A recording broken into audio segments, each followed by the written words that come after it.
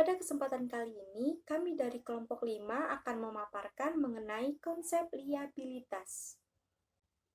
Kelompok kami terdiri dari yang pertama saya sendiri, Doristin Teresia, yang kedua Deana Puspasari, yang ketiga Ajeng Meta Lutfiana, yang keempat Wahidatun Nurbaiti. Disimak baik-baik ya presentasi dari kami. Pokok bahasan pada materi konsep liabilitas ini yang pertama pengertian, yang kedua pengakuan, yang ketiga pengukuran, yang keempat penilaian, yang kelima pelunasan, yang keenam penyajian.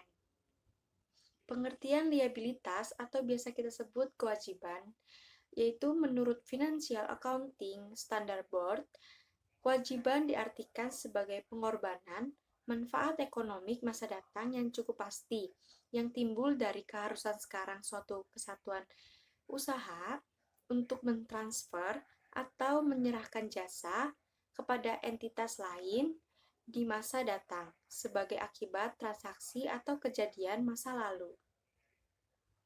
Ada 3 karakteristik utama kewajiban. Yang pertama, pengorbanan manfaat ekonomi masa datang. Yang kedua, keharusan sekarang untuk mentransfer aset. Yang ketiga, dan timbul sebagai akibat transaksi masa lalu. Karakteristik utama yang pertama, yaitu pengorbanan manfaat ekonomi. Untuk dapat disebut sebagai suatu kewajiban, suatu objek harus memuat suatu tugas atau tanggung jawab kepada pihak lain yang mengharuskan kesatuan usaha untuk melunasi, menunaikan, dan melaksanakannya dengan cara mengorbankan manfaat ekonomi di masa yang akan datang. Karakteristik utama yang kedua dalam kewajiban yaitu keharusan sekarang. Untuk dapat disebut sebagai kewajiban, suatu pengorbanan ekonomi masa datang harus timbul akibat keharusan sekarang. Pengertian keharusan sekarang ini mengandung pengertian yang pertama, waktu, yaitu tanggal pelaporan. Yang kedua, adanya. Beberapa keharusan yang tercangkup dalam pengertian kewajiban ini adalah keharusan kontraktual, keharusan konstruktif, keharusan demi keadilan, dan keharusan bergantung atau bersyarat. Walaupun secara definisional, keharusan-keharusan tersebut menimbulkan kewajiban, tidak semua kewajiban diakui dalam akuntansi. Keharusan kontraktual adalah keharusan yang timbul akibat perjanjian atau peraturan hukum yang di dalamnya kewajiban bagi suatu kesatuan dinyatakan secara eksplisit atau implisit dan mengikat. Kewajiban ini muncul karena aspek hukum sebagai lingkungan eksternal yang tidak dapat dihindari dan yang dapat memaksakan secara hukum untuk memenuhinya. Kewajiban yang berkaitan dengan keharusan kontraktual yaitu utang pajak, utang bunga, utang usaha, utang wesel, dan utang obligasi. Keharusan konstruktif merupakan keharusan yang timbul akibat kebijakan kesatuan usaha dalam rangka menjalankan dan mengajukan usahanya untuk memenuhi apa yang disebut praktik usaha yang baik atau etika bisnis, dan bukan untuk memenuhi kewajiban yuridis. Kebijakan tersebut menimbulkan kewajiban karena kesatuan usaha sengaja mengkonstruksi, atau membentuk hak bagi pihak lain. Misalnya seperti pelanggan, pemasok, pegawai, atau perusahaan lain, tanpa harus melalui perjanjian tertulis yang disepakati kedua pihak. Contoh dari keharusan konstruktif ini seperti refund dana untuk barang yang rusak atau yang cacat. Keharusan demi keadilan adalah keharusan yang ada sekarang yang menimbulkan kewajiban bagi perusahaan semata-mata karena panggilan etis atau moral daripada karena peraturan hukum atau praktik bisnis yang sehat. Keharusan ini muncul dari tugas kepada pihak lain untuk melaksanakan suatu yang dipandang wajar, adil, dan benar menurut hati nurani, serta rasa keadilan. Contohnya seperti kewajiban memberi hadiah kepada penduduk yang tinggal di sekitar pabrik karena ketidaknyamanan yang ditimbulkannya. Selanjutnya, keharusan bergantung atau bersyarat adalah keharusan yang pemenuhannya tidak pasti, karena bergantung pada kejadian masa datang atau terpenuhinya syarat-syarat tertentu di masa datang.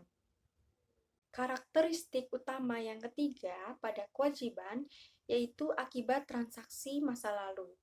Kriteria ini sebenarnya menyempurnakan kriteria keharusan sekarang dan sekaligus sebagai tes pertama pengakuan suatu pos sebagai kewajiban, tetapi tidak cukup untuk mengakui secara resmi dalam sistem pembukuan. Transaksi masa lalu yang dimaksud di sini adalah transaksi yang menimbulkan keharusan sekarang telah terjadi. Sebagai contoh, karena perusahaan mendapat pinjaman bank dengan kontrak, keharusan sekarang berupa keharusan kontraktual timbul pada akhir periode akuntansi atau berupa pokok pinjaman dan bunga yang menuntut pengorbanan sumber ekonomi masa datang atau suatu saat setelah akhir periode tersebut. Selanjutnya saya akan membahas mengenai hak kewajiban tak bersyarat. Hak kewajiban tak bersyarat menyatakan bahwa walaupun kontrak telah ditandatangani, salah satu pihak tidak mempunyai kewajiban apapun sebelum pihak lain memenuhi apa yang menjadi hak pihak lain. Suatu pihak tidak punya kewajiban apapun kalau tidak mendapatkan hak atas sesuatu yang nyata dari pihak lain, misalnya pengakuan aset. Jadi, konsep hak kewajiban tak bersyarat ini menyatakan tidak ada hak tanpa kewajiban, dan sebaliknya, tidak ada kewajiban tanpa hak. Ya, oke, selanjutnya yaitu karakteristik pendukung. Ada 3 karakteristik pendukung. Yang pertama yaitu melibatkan pembayaran kas. Maksudnya di sini yaitu keharusan membayar kas pada waktu dan jumlah rupiah tertentu di masa datang. Merupakan petunjuk yang kuat atau jelas mengenai adanya kewajiban. Tetapi untuk kewajiban, penyerahan aset bukan satu-satunya kriteria, tetapi meliputi pula penyerahan jasa. Nah, yang kedua dari karakteristik mendukung yaitu identitas terbayar jelas. Untuk menjadi kewajiban di akhir tahun, pada saat itu identitas terbayar tidak harus diketahui. Jadi yang penting bahwa keharusan sekarang, pengorbanan sumber ekonomi di masa datang telah ada dan bukan siapa yang harus dilunasi atau dibayar. Nah, yang ketiga yaitu berkekuatan hukum atau dapat dipaksakan secara hukum. Maksudnya di sini adanya daya paksa yudiris hanya menunjukkan bahwa kewajiban tersebut memang ada dan dapat dibuktikan secara yudiris material. Meskipun demikian, daya paksa yang melekat pada klaim-klaim hukum bukan merupakan syarat mutlak untuk mengakui adanya kewajiban. Keharusan melakukan pengorbanan manfaat ekonomi di masa yang akan datang tidak harus timbul dari desakan pihak-pihak eksternal, tetapi dari minat dan kebijakan internal manajemen. Ya, selanjutnya yaitu pengakuan. Pengakuan ini ada 4 pengakuan. Yang pertama yaitu ketersediaan dasar hukum. Di sini kaidah ini berkaitan dengan kualitas keterandalan dan berpautan informasi. Nah, yang kedua yaitu keterterapan konsep dasar. Maksudnya yaitu penjabaran teknis kriteria keterandalan. Nah, yang ketiga yaitu ketertentuan substansi ekonomi transaksi. Maksudnya berkaitan dengan masalah relevansi informasi. Nah, yang terakhir yaitu keterukuran nilai kewajiban. Keterukuran ini merupakan salah satu syarat untuk mencapai kualitas keterandalan informasi. Ya, dari slide sebelumnya kita sudah tahu nih keempat kaidah pengakuan. Nah, kemudian yang jadi pertanyaan yaitu kapan keempat kaidah di atas tadi atau sebelumnya terpenuhi. Nah, ada beberapa waktu untuk penentuan pengakuan kaidah. Ya, yang pertama yaitu pada saat penandatangan kontrak, bila pada saat itu hak dan kewajiban telah mengikat. Nah, yang kedua yaitu bersamaan dengan pengakuan biaya bila barang dan jasa yang menjadi biaya belum dicatat sebagai aset sebelumnya. Yang ketiga yaitu bersamaan dengan pengakuan aset. Nah, kewajiban timbul ketika hak untuk menggunakan barang dan jasa diperoleh. Nah, yang terakhir yaitu pada saat periode karena penggunaan asas akrual melalui proses penyesuaian. Pengakuan ini menimbulkan pos utang atau kewajiban akrual. Nah, selanjutnya yaitu ada pengakuan kewajiban bergantung. FSAB memberikan contoh keadaan kebergantungan rugi yang berpotensi memicu pengakuan kewajiban. Nah, teman-teman bisa lihat ya, itu ada beberapa contoh keadaannya. Yang pertama yaitu ketertagihan piutang usaha, kemudian ada keharusan berkaitan dengan jaminan produk dan kerusakan produk, kemudian resiko rugi atau kerusakan properti, kesatuan usaha akibat kebakaran, ledakan, bahaya, dan lain-lain.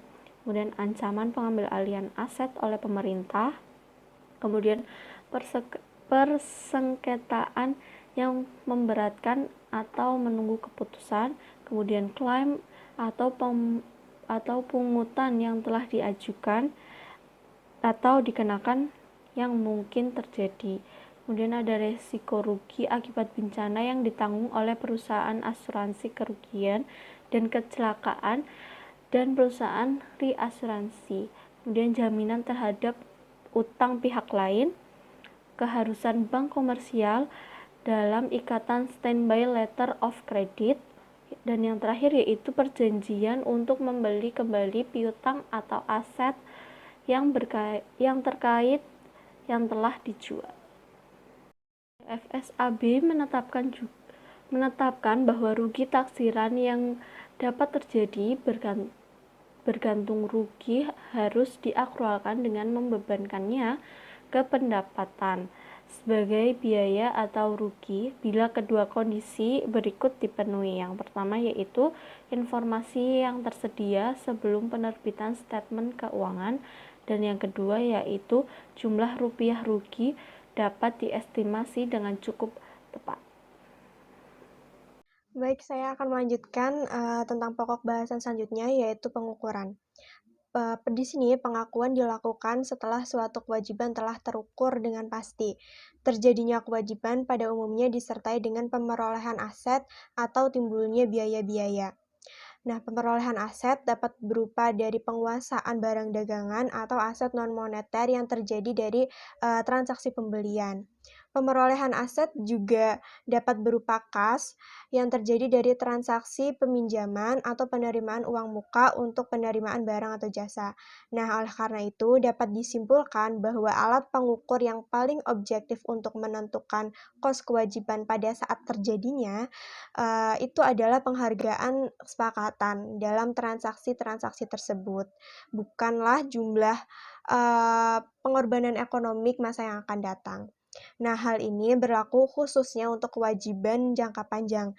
Sedangkan untuk kewajiban jangka pendek, kos penundaan dianggap tidak cukup material, sehingga jumlah rupiah kewajiban yang diakui sama dengan jumlah pengorbanan sumber ekonomi atau kas untuk masa yang akan datang. Dengan kata lain, untuk kewajiban jangka pendek, kos pendanaan atau kos penundaan dianggap material. Oke, di sini saya akan melanjutkan pembahasan mengenai pengukuran kewajiban dalam pembelian kredit. Dasar pengukuran aset yang paling objektif yaitu kos tunai atau kos tunai implisit. Karena kewajiban merupakan bayangan cermin aset, maka pengukurannya juga mengikuti pengukuran aset. Nah, misalnya, suatu perusahaan menandatangani kontrak pembelian mesin. Perusahaan menyepakati harga kontrak mesin itu sejumlah 1.600.000 dan dibayar dalam 8 kali angsuran tiap akhir triwulan.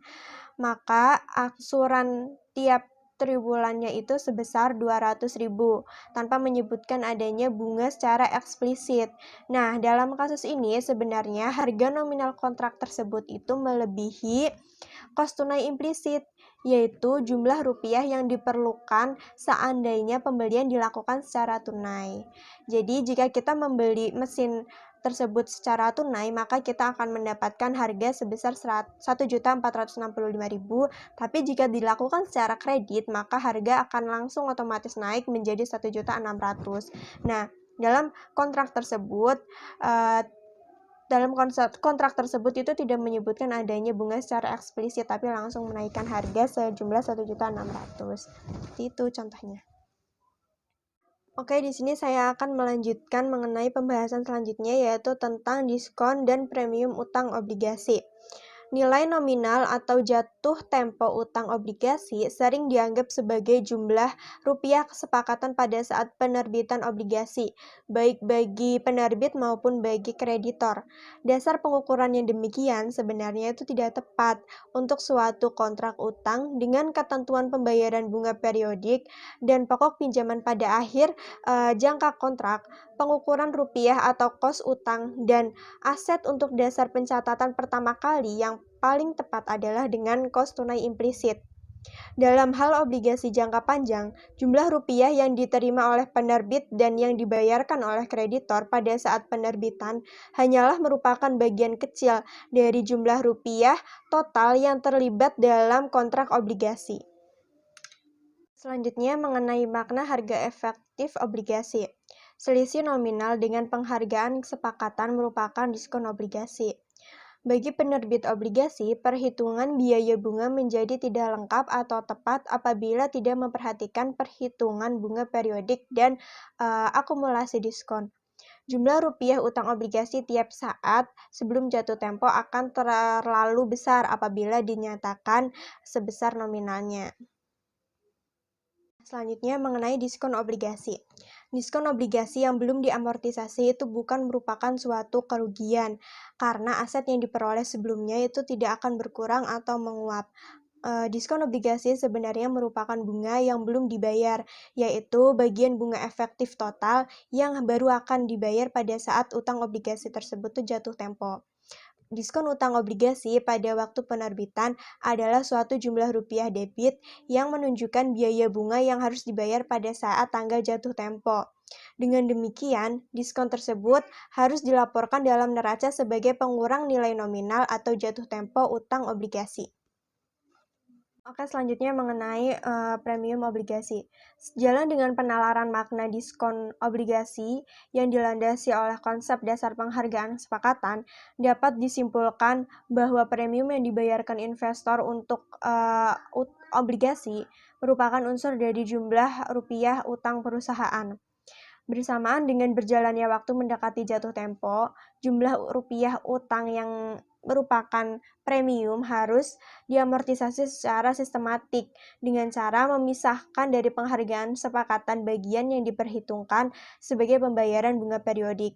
Mengartikan premium obligasi sebagai pendapatan tangguhan atau difference income jelas tidak tepat karena secara konseptual pendapatan atau laba itu tidak timbul dari proses pemerolehan utang. Pendapatan hanya timbul dari kegiatan pembentukan pendapatan atau earning process. Atas dasar konsep kontinuitas usaha, premium obligasi yang belum diamortisasi adalah benar-benar merupakan utang, dan jumlah amortisasi periodik adalah merupakan penyesuaian atau pengurang terhadap biaya bunga, dan itu bukan merupakan elemen pendapatan ya. Tanpa penyesuaian, biaya bunga periodik itu akan menjadi overstate. Baik, selanjutnya yaitu kewajiban moneter dan kewajiban non-moneter.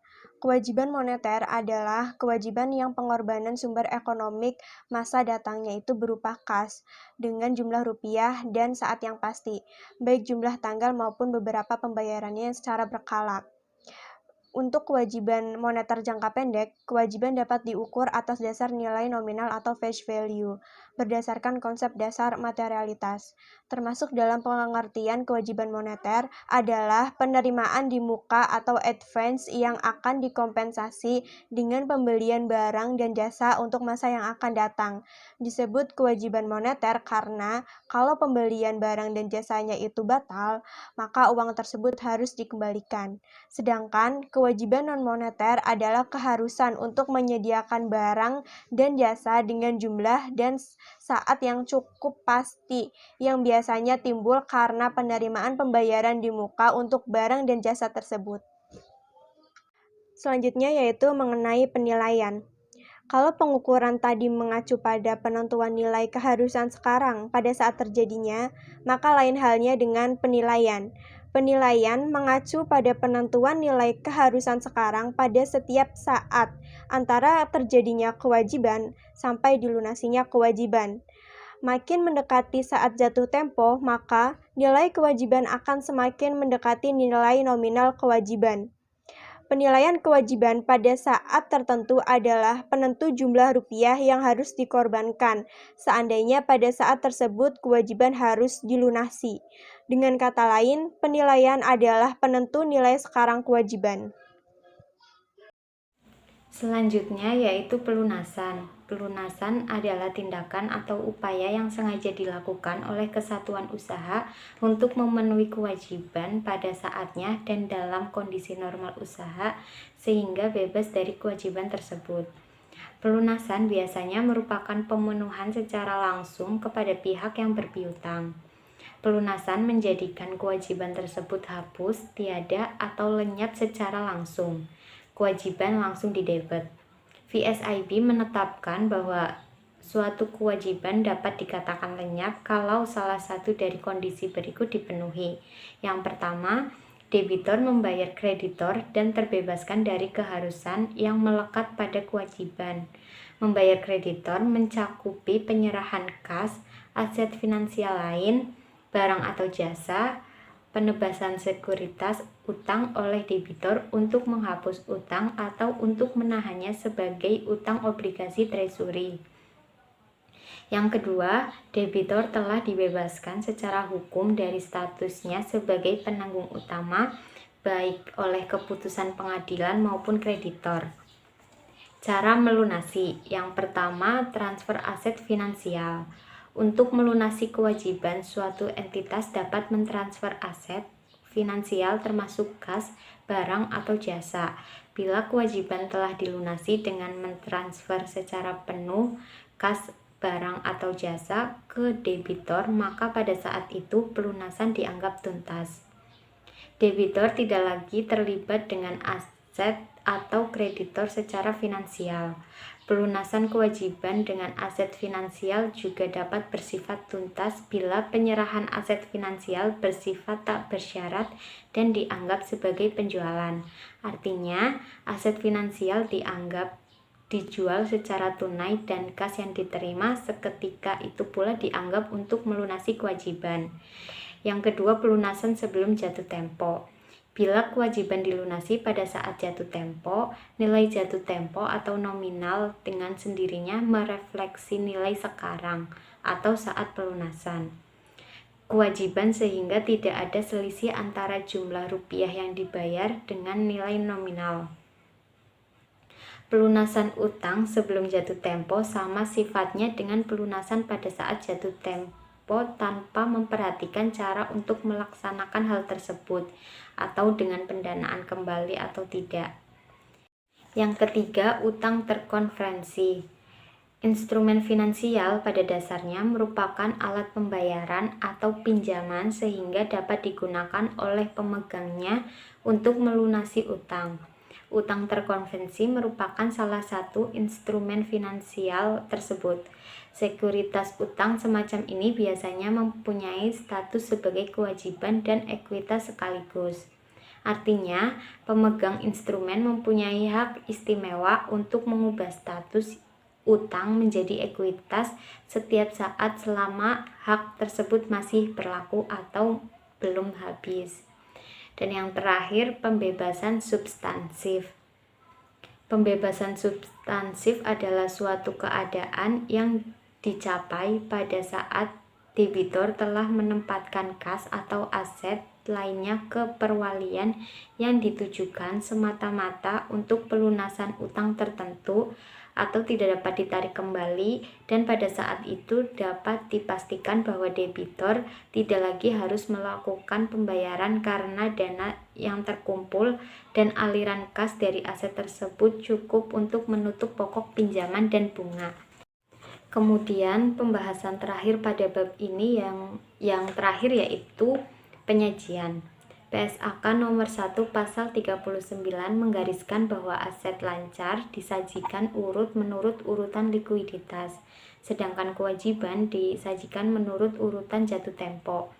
Ini berarti kewajiban jangka pendek disajikan lebih dulu daripada kewajiban jangka panjang. Suatu kewajiban diklasifikasikan sebagai kewajiban jangka pendek bila yang pertama diperkirakan akan diselesaikan dalam jangka waktu siklus normal operasi perusahaan. Yang kedua, jatuh tempo dalam jangka waktu 12 bulan dari tanggal neraca. Kewajiban berbunga jangka panjang tetap diklasifikasikan sebagai kewajiban jangka panjang walaupun kewajiban tersebut akan jatuh tempo dalam jangka waktu 12 bulan sejak tanggal neraca. Apabila yang pertama, kesepakatan awal perjanjian pinjaman untuk jangka waktu lebih dari 12 bulan. Yang kedua, perusahaan bermaksud membiayai kembali kewajibannya dengan pendanaan jangka panjang.